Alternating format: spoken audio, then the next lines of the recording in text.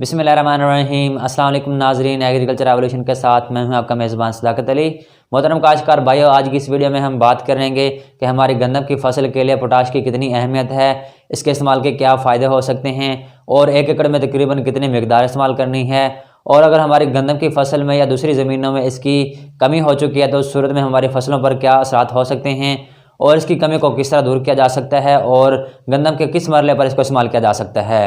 तो मोहतरम काश्तकार भाइयों, हमारी ज़मीनों में काफ़ी हद तक जो पोटाश है वो 40% तक कम हो चुकी है।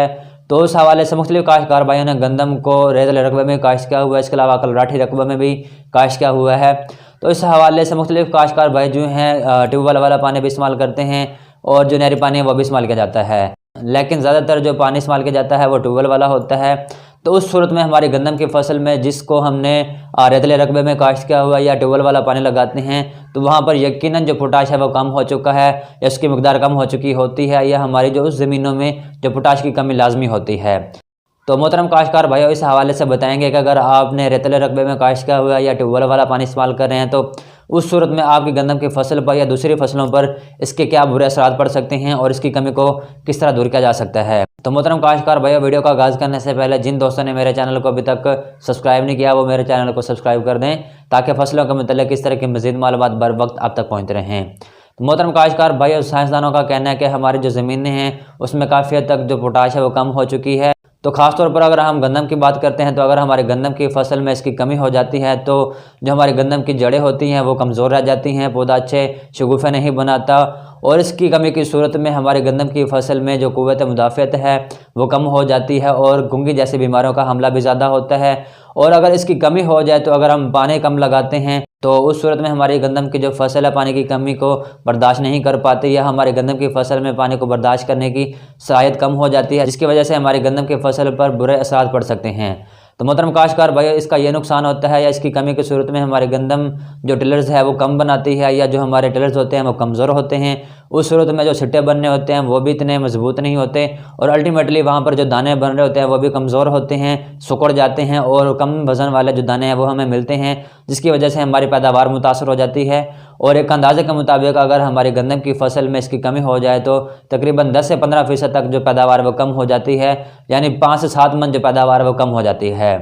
तो मोहतरम काश्तकार भाई, अगर हम इसका बर वक्त इस्तेमाल कर लेते हैं तो उस सूरत में हमारी गंदम की फसल में इसके जो टिलर्स बनने होते हैं, झाड़ बनना होता है वो अच्छे बन जाते हैं, उसमें रूट्स अच्छी बन जाती हैं, मजबूत होती हैं, जिसकी वजह से बीमारियों के खिलाफ भी इसकी कुव्वत बढ़ जाती है। और वहाँ पर जो सिट्टे बनने होते हैं और दाने बनने होते हैं वो भी सेहतमंद होते हैं और चमकीले दाने होते हैं और वज़नदार दाने होते हैं, जिसकी वजह से हमारे तकरीबन 10 से 15% तक जो पैदावार है वो बढ़ जाती है और हम अच्छी आमदन भी कमा रहे होते हैं। तो मोहतरम काश्तकार भाइयों, हमने इसको कब कब इस्तेमाल करना है और कितनी मिकदार में इस्तेमाल किया जा सकता है। तो मोहतरम काश्तकार भाइयों, इस हवाले से हमारे गंदम की फसल में 3 नाजुक मरले आते हैं। एक मरला वो जब हमारे गंदम की फसल झाड़ बना रही होती है, टिलर्स बन रहे होते हैं। दूसरा वो जब सिट्टे निकल रहे होते हैं, यानी जब हमारी गंदम की फसल में सिट्टे निकल रहे होते हैं, गोब की हालत में होती है। और तीसरा मरला जब हमारी गंदम की फसल दूधी हालत में होती है, जब वहाँ पे दानों में दूध होता है। तो उस सूरत पर आप अगर पानी की कमी नहीं करते और इसके साथ अगर पोटाश इस्तेमाल कर लेते हैं तो आप अच्छी पैदावार भी हासिल कर सकते हैं। तो अब बात कर लेते हैं कि हमने पहला स्प्रे कब करना है और इसकी कितनी मिकदार इस्तेमाल करनी है।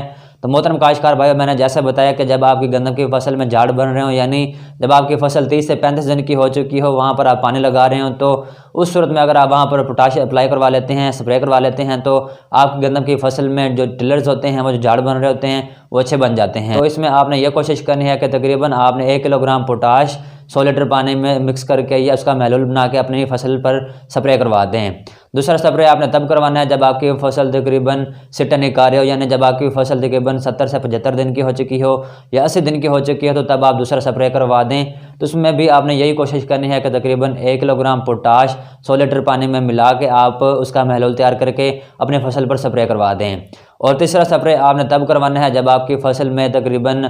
दूध बन रहे हो, मिल्किंग स्टेज हो, यानी 120 दिन बाद आप तीसरा स्प्रे करवा दें। तो तब भी आपने तकरीबन यही मिकदार जो है 1 किलोग्राम और इसको आपने पानी में मिक्स करके महलूल तैयार करके आप अपनी फसल पर स्प्रे करवा दें।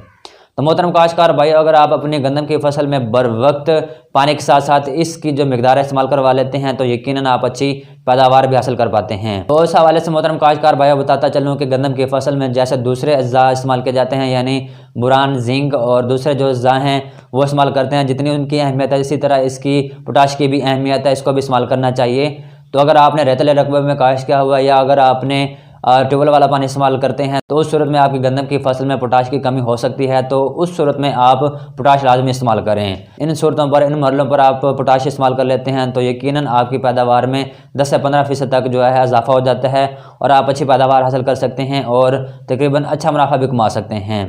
तो उम्मीद है कि दोस्तों अगर आप इन मरलों पर गंदम की फसल में यह पोटाश इस्तेमाल कर लेते हैं तो आप अच्छी पैदावार भी हासिल कर सकेंगे। तो ये थी चंद मालूमात कि आपने गंदम की फसल में कब कितनी मिकदार में पोटाश इस्तेमाल करना है और किस तरह अपनी पैदावार बढ़ानी है। तो उम्मीद है कि मोहतरम काश्तकार भाई और पोटाश के हवाले से चंद मालूमात आपको पसंद आई होंगी। अगर पसंद आई तो उसको लाइक भी करें, शेयर भी करें ताकि दूसरे काश्तकार भी इन मालूमात से फ़ायदा उठा सकें। और इस तरह के मज़ीद मालूमात के लिए हमारे चैनल को सब्सक्राइब करें ताकि इस तरह के मज़ीद मालूमात बर वक्त आप तक पहुँचते रहें। और इसी के साथ हमें इजाज़त दें। अल्लाह हाफिज़।